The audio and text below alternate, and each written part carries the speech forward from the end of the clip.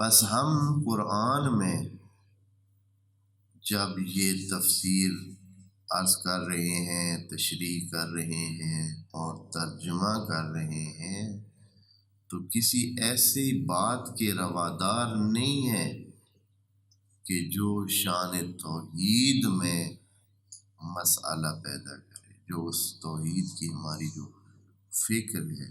جس سے اللہ کی صفات میں کوئی نقص لازم آئے یا کوئی ایسی چیز لازم آئے جو اس کی صفات جمال اور جلال کے حوالے سے متضاد ہو، متصادم ہو۔ بس ہمیں یہ چیزیں دھیان کر کے قرآن کے حوالے سے ہی آگے چلنا ہوتا ہے۔ اگر کہیں یہ شبہہ لگتا ہے تو پھر ہمیں اس کا معنی ٹھیک کرنا چاہیے، یعنی عقیدہ ہمارا جو ہے توحید کے بارے میں وہ پہلی پرائرٹی ہے اور پہلے ہے، وہ مرکز ہے۔ ہم نے اس کو دیکھ کر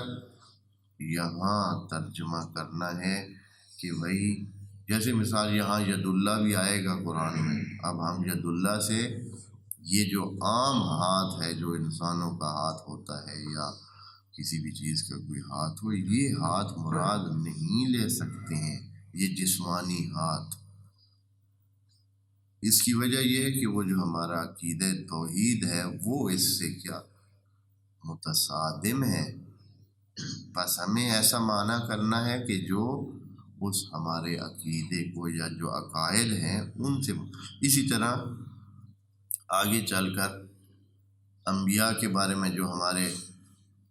محکم اور مستحکم اور مدلل عقائد ہیں، ان کے حوالے سے اگر کوئی بات یہاں ایسی لگتی ہے جو اس کے ساتھ متصادم ہو تو ہمیں اس کو بھی دیکھنا ہوتا ہے کہ اس انداز میں معنی کریں، اس طریقے سے کہ وہ جو ہمارے پاس پکی بات ہے، جس پر بھی دلائل ہیں، ایسے نہیں عقیدے قائم ہوئے کہ اچھا چلیں عقیدے بن گئے، اس سے متصادم نہ ہو۔ البتہ یہ بھی جاننا چاہیے کہ جو عقیدے ہمارے بنے ہیں وہ کسی اور جگہ سے نہیں بنے، بلکہ خود قرآن کے مجموعے کو دیکھ کر وہ عقائد قائم ہوئے۔ اللہ کی شان جو ہم نے ذہن میں قائم کر رکھی ہے تو وہ اسی قرآن سے ہی ہم نے لی ہے۔ قرآن ہی وضاحت کرتا ہے کہ اللہ کیا چیز ہے۔ ہمارے پاس اس قرآن کے علاوہ اللہ کی وضاحت کے لیے یعنی اس سے بہتر کچھ نہیں ہے۔ نبی کی احادیث، ائمہ کی احادیث، علماء کی وضاحتیں، یہ ساری اس کے لیے ہیلپ ہیں، اس قرآن کی تشریح کے طور پر ہیں، خود سے کوئی چیز کچھ بھی نہیں ہے۔ نبی بھی بطور شارح قرآن، مفسر قرآن ہمارے سامنے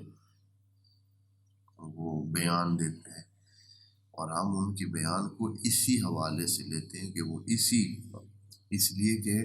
قرآن میں یہ بات کہی گئی ہے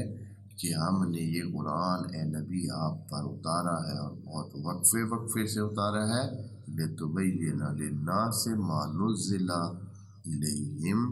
کہ آپ وضاحت کر دیں جو ان پر اترا ہے، جو ان کی طرف اترا ہے بذریعہ نبی۔